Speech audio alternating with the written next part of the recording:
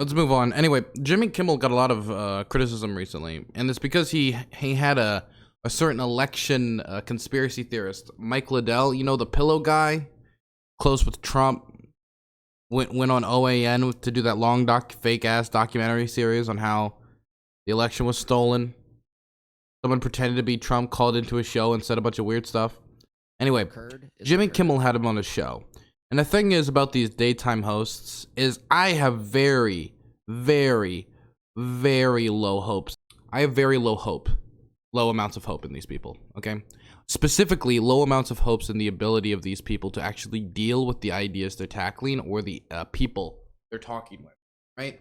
I don't think that Jimmy Kimmel has the skills necessary to actually deal with the disinformation Mike Lindell is putting out. If Mike Lindell comes on this platform and spreads disinformation and Jimmy Kimmel doesn't give the pushback, then he kind of screwed himself over, right? So I'm interested to see if Jimmy Kimmel actually handled it well. My estimation is he didn't. I know I could look at the like to dislike ratio, but I already put out a tweet today talking specifically how I hate like to dislike ratios on YouTube. Anyway, I'm super curious to see how this went, so let's watch this. Wait 1 second. Long and storied history, only one pillow salesman has ever been called to the Oval Office because the president was unhappy with his election results. Our next guest is that pillow man, and he has a lot to say. All 9 of those Supreme Court justices are going to vote 9-0 because is that a hand or a foot? And they're going to go, it's a hand. It's like the old mafia days when I used to bet football. You have been warned. Ooh, you know. Yeah. He couldn't run a peanut factory. Not that peanut factories are, I don't know what they are, but did you see any nudity in porn? I'm getting death threats and everything else. Frank speech, if you can't come in, they're trying to turn our power off. They're attacking our power grid here. They're attacking his power grid. Please welcome Mike Lindell. They're attacking his power. Okay. They're starting it off well. Okay, they're starting off to try to show him like he's a joke. But imagine thinking, and unironically too, I know there's a lot of people online who like, you know, we laugh at that. But people thinking that other people are feds on Twitter is basically the same thing as somebody like saying, "Oh, look, my power went off. I guess they attacked my power grid." It's a lot of self-importance and thinking you're a lot more important than you actually are.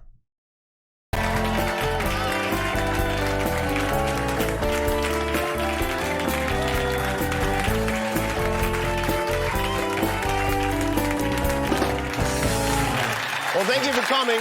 Yeah, the other live crowd now. We were supposed to be in a bed together. I'm sorry about that. The COVID people We got said. rules here in California. Have you been vaccinated? No, I No, you have vaccinated. not. I meant for rabies. I didn't mean for COVID. I did bring you a book, though. You brought me a book. I've read your book, by the way. You read it? I did read your book. Do you know that cover on there? That's where it was up 14 days with the drug dealers. I read it on my iPad. And they did an intervention on me. Yeah. And I came upstairs, downtown Minneapolis.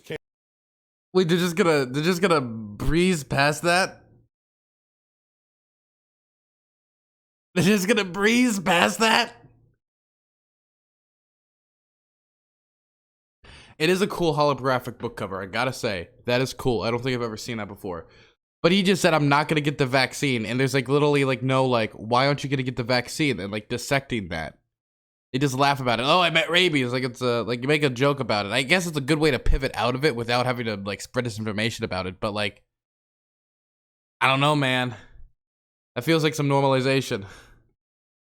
Came upstairs and I said, the one guy says, you know, you've been telling us for years this pillow thing is just a platform for God, and we want you to quit and come back and help us someday. Now I got the Lindell Recovery Network, and I'm helping millions of addicts. And you've set an example by recovering from a horrible addiction to crack. I mean, really, a horrible thing. And I have to tell you something. I know you might think this sounds... That's really weird how Jimmy here really emphasizes it's horrible, right? Like he didn't already know, like a really horrible addiction. Like he turns to the crowd, like, in particular, his addiction to crack, really bad. Everybody else's addiction to crack, it's bad. But his addiction to crack, I mean, he was addicted to crack. Like, that's like I don't know, the way he said that was a little weird. I'm helping millions of addicts. And you've set an example by recovering from a horrible addiction to crack. I mean, really, a horrible thing. And I have to tell you something. I know you might think that. Not a mediocre crack addiction like people are bringing up in chat. Like a really bad crack addiction. This sounds weird, but I read Hunter Biden's book as well, and you guys have a lot in common. Yeah. You really do.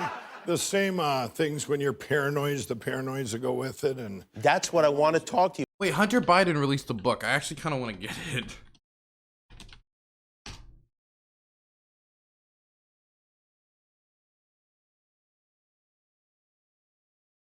Here's an Audible sample.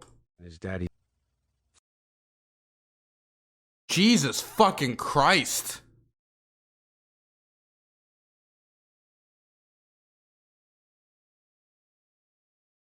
Wow, okay. Damn. I kind of actually want to get the book now.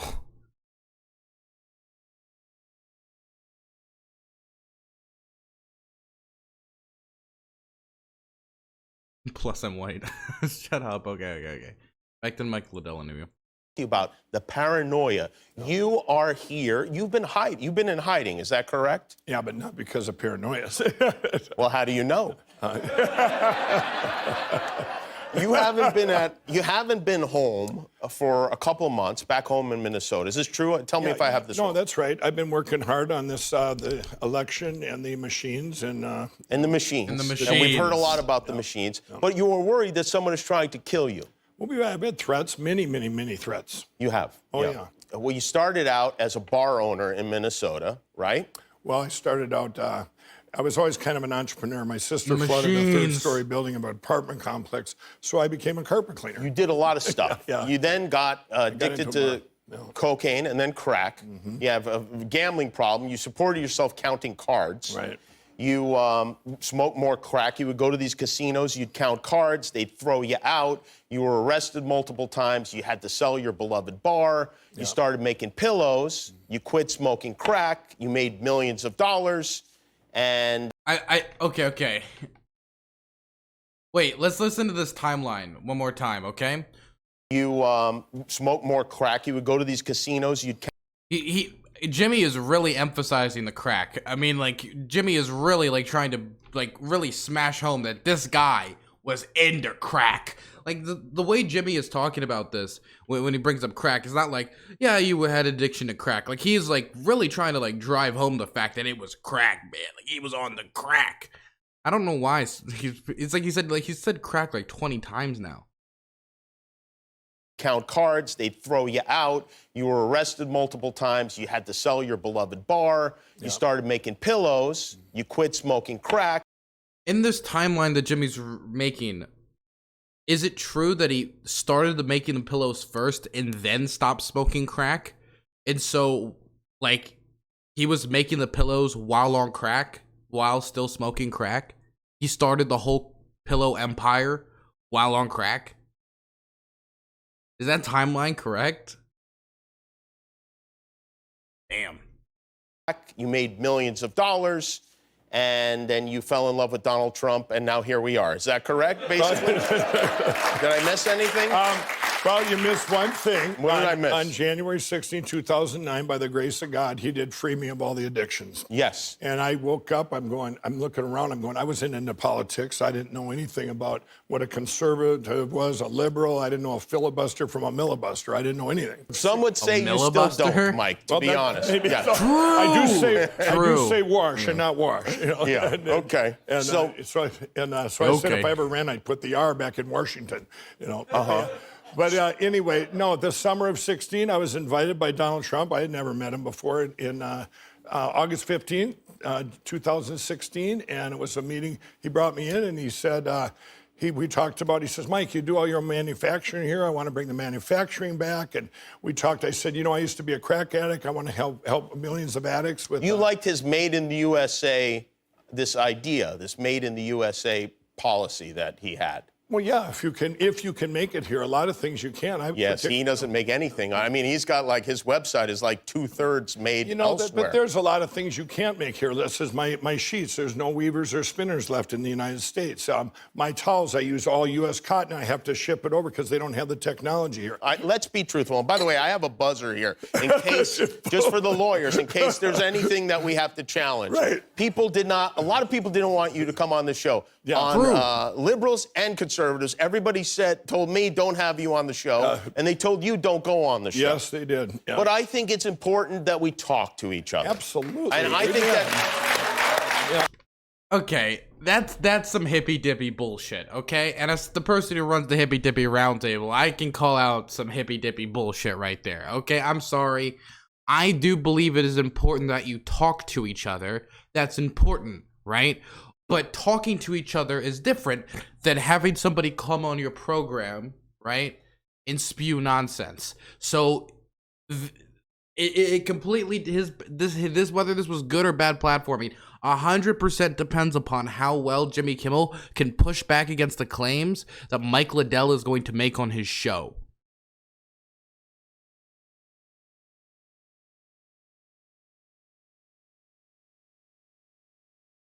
And the thing is about the like made in America thing is Trump is no more made Biden is no like less like a made of American president than Joe Biden is no less of a made in America president than Donald Trump is. He emphasized in his congressional address yesterday about how he wants to be that made in America president.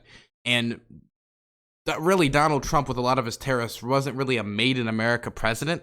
Because when you look at like the costs that actually went up through a lot of his tariffs that he actually placed upon the Chinese government, it actually ended up affecting American manufacturers of things like aluminum cans, for example. And so you can't say you're the made in America president when your policies are actively hurting like a certain American manufacturers while benefiting others. Like that's not a made in America policy. The tariffs backfired horribly. And I also, I don't think there's any validity to any of this stuff that you're saying. And I've studied you, I really have. And I've 22 hours you watch Frank, I heard. I watched you last night at 11 o'clock. I've been watching you. And you know what? I laugh at a lot of the stuff, but a lot of people don't laugh because a lot of these ideas that you espouse, I think you could potentially draw a line from those to the riot we had at the Capitol where people were killed. Well, here's damn, what I okay. want to say to that. You know what, Jimmy, for my doubts so far, doing quite well. Specifically saying, I think you're partially responsible for the riots that happened at the Capitol. I think he should have maybe followed up where people were killed. I think he should have followed up by that. But so far, he's doing very well. Actually, like, directly, like, a lot of these things, a lot of people don't find them funny like I do. Like, find it very dangerous. And I could see a direct line between you and all this violence. So far, he's pushing pretty hard. And Mike Lindell hasn't really said any nonsense yet, except for his, like, I'm not going to take the vaccine thing earlier. He did say people died? Wait, let me hear that again. I think you could potentially draw a line from those to the riot we had at the Capitol where people were killed and a lot of bad... Oh, snap, he did say where people were killed. Okay, so far Jimmy's doing everything. Okay, damn. Damn, Jimmy's doing really well so far. Okay, maybe I might have to take everything I said back about him. I want to say to that, I didn't get anything until January 9th, and this was something different. This was the machines. This was an attack through the machines. You've seen it.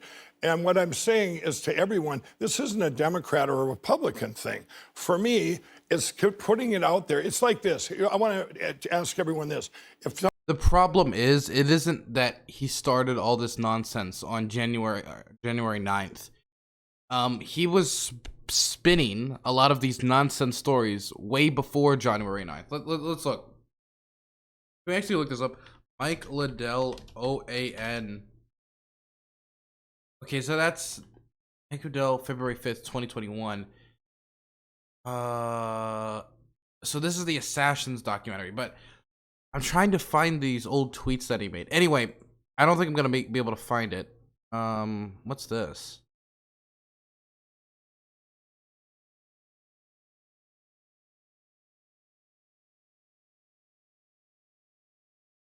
Anyway, This is after the riots, actually. Okay, so this is the actual absolute proof OAN thing. Okay, so that was actually after January. But I still do remember that he was pushing conspiracy theories way before January, right? And I am an off my rocker to think that he was one of those voices who are like, you know, all these, it's kind of weird to see all these mail-in ballots coming in that are so pro Joe Biden. Am I off my rocker to think that? He was pretty unhinged then too? Okay, just making sure. Someone was out there saying my pillows had rocks and knives in it. I would say, hey, come and look at the beautiful patented fill. And I would say, show me the rocks and knives. But Dominion and Smart Mag, they didn't do that. They're just suing people and saying, don't talk you're about saying... Wait. Okay. So the problem with what he's saying right here is this, right? Okay, let's say that somebody makes a wild claim about me, right? A wild claim. Let's say, well, actually, no, let's make a made-up person so we don't make it awkward. Let's say there's a made-up person. We'll call him Bill. And Bill has done nothing wrong whatsoever. And then everybody says, Bill, you are, well, not everybody, but this person comes up and says, Bill is a pedophile. He's a pedophile with the deep state, and he's controlled by the lizard people. And you're standing there like, Bill isn't any of that. Bill is most certainly not a pedophile.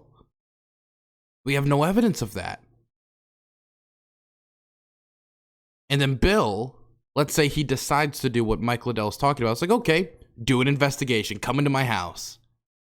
All you're doing is, number one, dragging more attention, because now people are going to be covering that investigation, to the allegations that Bill is a pedophile. And number two, people can then say the sentence, there's currently an investigation, or they're searching Bill's place to see if he's a pedophile.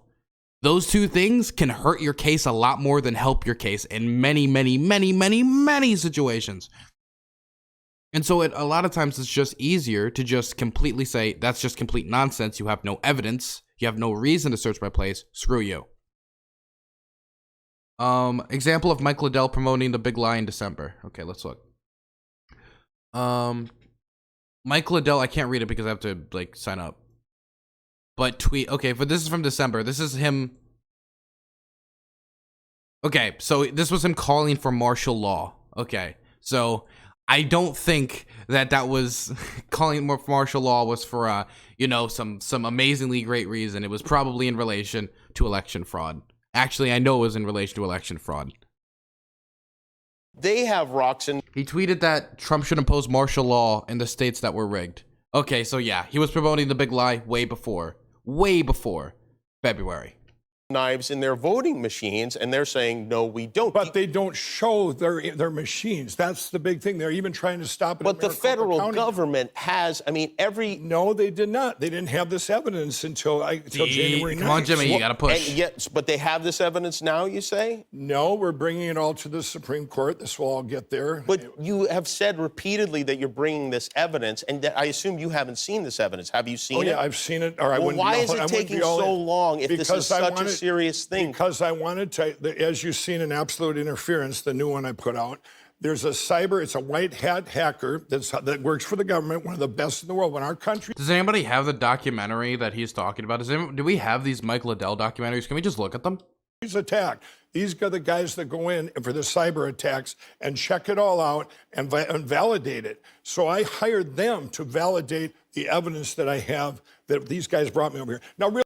So his justification is, I hired people and they said it was true. I gave people money and the people I gave money said I was true. Therefore, it's honest and true. Okay, yeah, totally. There's no incorrect incentives there that could motivate people at all to lie. Realize, Jimmy, the only reason I have the evidence is because I became a voice after January 9th. I have it, but I can't show it till the Supreme Court figures it out. Drew. Where they're going, hey, we've tried to get this out there, and nobody had. Do you ever think it's weird? I mean, just objectively looking at yourself and going, Why is it that the only person in the country who has this evidence is a guy who sells pillows on cable? I bring it all the way back to when I was on your show here that in 2014, it was the Forrest Gump thing. I don't know. You think, I know. You know what? I can see how that would be in your head. Honestly, let's show that picture because weirdly, as a coincidence, you were here with Bob Seger's crew, right, or something? And I took a picture, of you, and I'm going, my friends that went live, they're going, oh, you took a picture of me, there you go. That is me. So, Mike. My friends are going, what are you doing on stage with Jimmy Kimmel? And I said, now, this actually, I think, plays into what we're talking about here. I could see how, I mean, you're worth many millions of dollars. I have no idea how much money you're worth. I give it all to charity. Okay, whatever you do with it, whatever you do with it. Somebody clapped. Somebody clapped. Somebody just took that at face value. Like, yeah, sure, gives it all to charity. Give him some applause. No research needed. Give him praise. I could see how you would think, well, there must be some divine intervention. If it's that easy, then chat. Every single time you donate and sub to this channel, I give it to charity. There you go. Do you need evidence? We'll wait till the Supreme Court figures it out. Don't worry about it. Because how did a person who was... Feudalist Realism, thank you so much for the Prime Gaming sub. It'll most certainly go to charity. Thank you so much. A motel room buying crack and gambling and, away from his family and all of these things. How did this happen to me? I must be special. But I'm going to suggest to you that maybe it's a coincidence and that maybe this information that you have that you believe in. I mean, let's be honest, your website doesn't even really work so well. Why would you think that you have broken this code of all people? It wasn't me that broke it. They brought it to me. But these people are not... The only reason they did, Jimmy, is because I have the voice. I worry about you. I feel like you are maybe self-destructive, like you have lost everything repeatedly so many times in your life. You've had a bar, all of these things. You know the story. Yeah. But now you think maybe that's what... I mean, now I feel like you're going to be out dressed as Spider-Man on Hollywood Boulevard at the end of this whole thing. Dominion is suing you for $1.3 billion. Oh my God. You got to realize, Mike. Wait, $1.3 billion? I don't care how much money Mike Lindell has. That could ruin him. Oh my God. Okay, you know what? You know what? I have to take it back. I have to take it back. Jimmy Kimmel, and we're only halfway through, but so far, Jimmy Kimmel is doing a really good job. Some of it he isn't pushing back perfectly on, but he's doing 90% better than I thought he would. I'm so far impressed. Pillow countersued them, and what Alan Dershowitz said will be the biggest lawsuit, the most important in history, right, and we'll for the see how it First turns Amendment out. right of free speech. Well, for one of you, this is not going to work out well, okay? Whether it be them that's not even the or lawsuits we're talking about. What I'm talking about, no matter who you are in this country, I'm not just some person that decided, hey, I want, your producer asked me, they said, Mike, would you have done it if it was reversed? Knowing what I have now, if they would have put Donald Trump back in on December 14th, and knowing what I had right now, I would still be sounding the alarm going, you guys, these machines. The problem is, Mike, you were asking for Trump to declare martial law in December, way before you even had any of this supposed information, showing clearly, because we didn't have any evidence of widespread election fraud, we still don't have any evidence of widespread election fraud, and we most certainly didn't have it in December. And you were asking for martial law, Trump to basically become a little mini dictator over it. That shows to me that what the concern here isn't really democracy. The concern is some self-gratulating situation where you want your boy Trump to have won and he lost, and you either want to justify to your little group of friends or flunkies that he actually did win and it was all a conspiracy, or somehow by a miracle overturn the election. But it's too late. It's already been about 100 days Biden's been in office. Biden's already had a speech in front of Congress. It's over, man. You just got to accept it and move on. They were hacked, and we have to do something in our country. I believe that you are sincere. I also think there's something going on from the crack or something that has, whatever, that has made you think. I mean, you mentioned paranoia. What made? Damn. Oh my God. Okay. Whoa. I did not.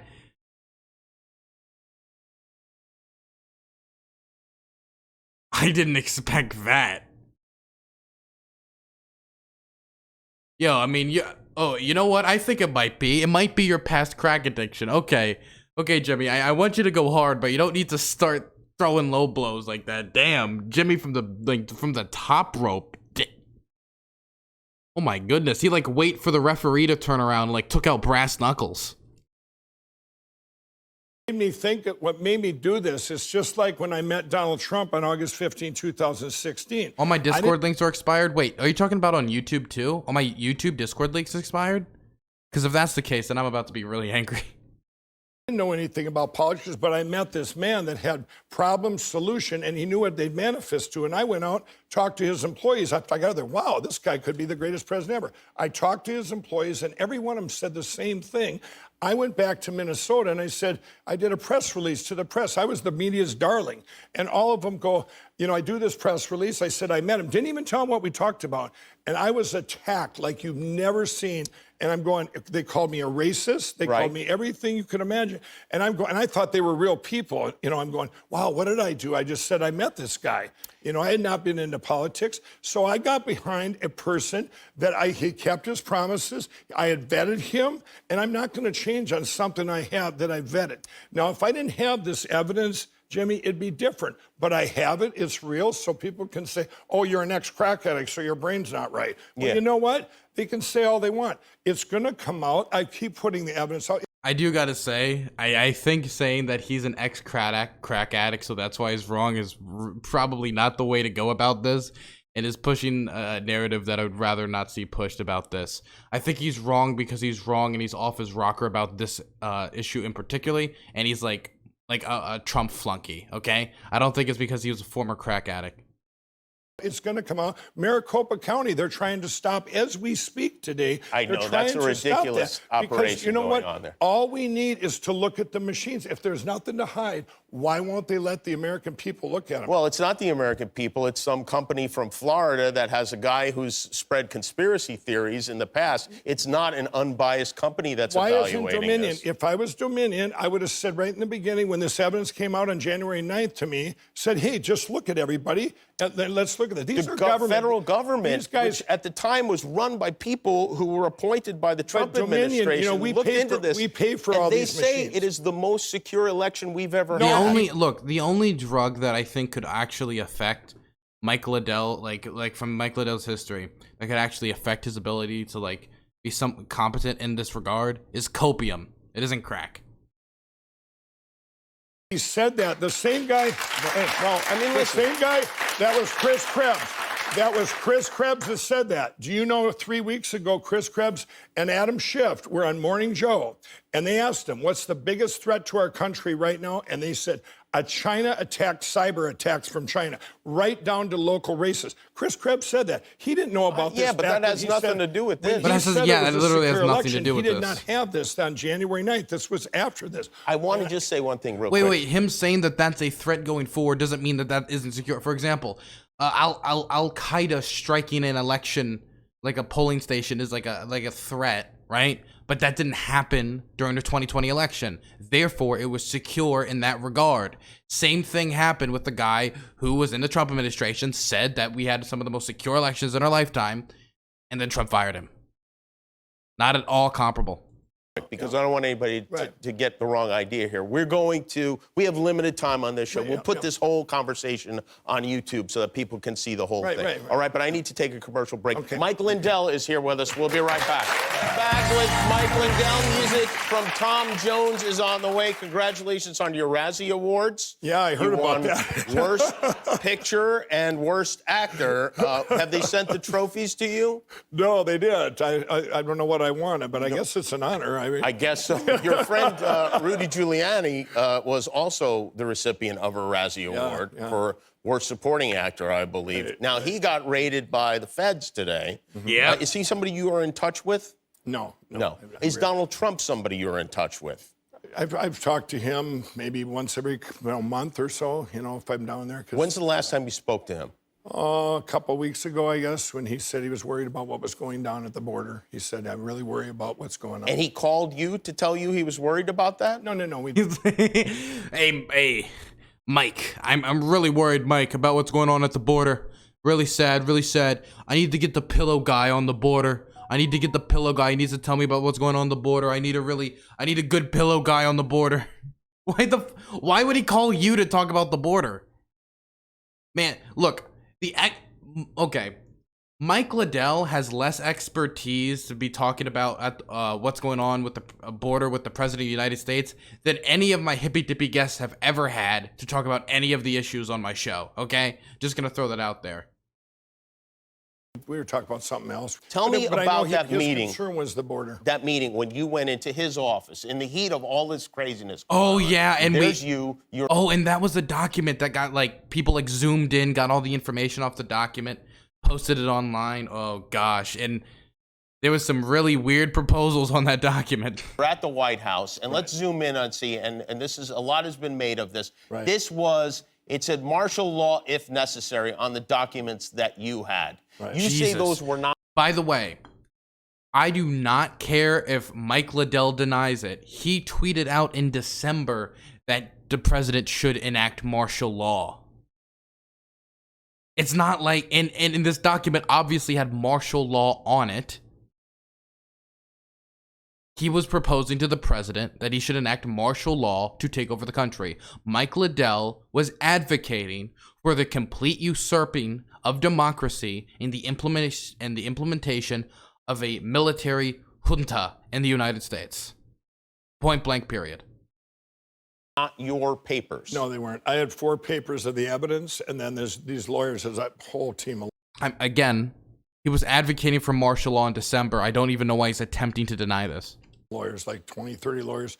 They had given me 2 pieces of paper and said, if you get a meeting, go ahead and can deliver this. Had you read that? No, I had not even read it. So you were like their paper mule. I'm just a delivery. Yeah. I'm bringing this, and then I said to him, I said, here, and this came from a lawyer, and there was Robert O'Brien, this national security advisor, a couple other people, and he read the first line after we had talked about the evidence. He said, bring these upstairs and see. Did you discuss martial law with the president? No, absolutely not. You were there for what reason specifically? To bring him the evidence from January 9th about the machines and this attack by China on our country through the. And then what did he do, and what did his people do with this evidence? Because it seems like that's something he'd be very interested in. They took me. I said, here, and these are from a couple lawyers, but I showed him this. I said, these are things that cyber attacks, longitude, latitude, machines, and attack by China. Do you really understand this stuff? Yes, absolutely. Like, what does do you know what an IP address is? Yeah, an IP, and then we have the IDs of the computer. Now what does IP stand for? Do you know?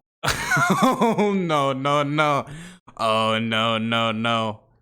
Oh no. Oh gosh. Now he's oof. He should use the Richard Wolff strat, right? He should be like, well, I know what an IP isn't. An IP is not a waffle maker. An IP is not a microwave. he should use the Richard Wolff stat. Walk slowly back. Where the I don't know what it stands for. See, I think that you should know what IP stands for if you have evidence. It's where the computers are at, wherever the IP address is of the computers. I mean, so you're not an expert when it comes to this stuff. I don't have to be. I'm not an expert on it. I don't have to be an expert. I know that they know when I talk to the guy that validated it. Do you have a Hotmail address? Be honest, Mike. No, I do not. You donated $50,000 to a legal fund that was used to bail out as they call him, the Kenosha shooter, this kid who had the assault rifle. No, that's not true. But what's not true about it? No, I gave money to Linwood's foundation and whatever, and he did stuff with many different things. So he did. Linwood. He didn't. You did not know. He was, by the way, recently Linwood said that a bunch of things are unconstitutional. And then the reasoning he gave for it was because they're against God's word. Linwood doesn't know the basics of American law, legal system, or the American system. I would not trust Linwood with a bubblegum wrapper, let alone $50,000. He has all kinds of stuff. He has all kinds of different things that he was. When you found out he was using money to bail this kid out, did you ask for that money back? I didn't know he used it for that. He used it for what I was using for. But once you found out that he used it for election fraud. That's what he told you. Fraud. No, that's what it was on his website. Someone did a story, the news grabs it and goes, you gave money to Linwood, you did this with it. Well, they didn't check it out. It's more fake news that come out there and lead stories with Well, but you did give money Alan to Duke Linwood. probably put that on there. You know, he decides what's true or not in this country.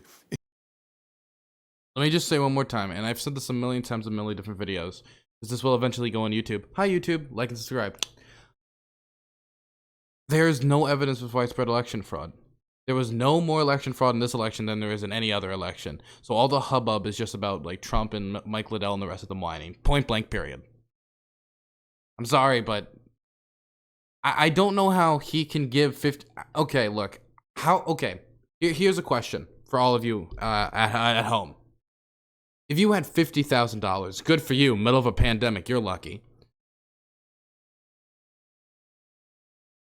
Imagine how much money that is. You could buy a car.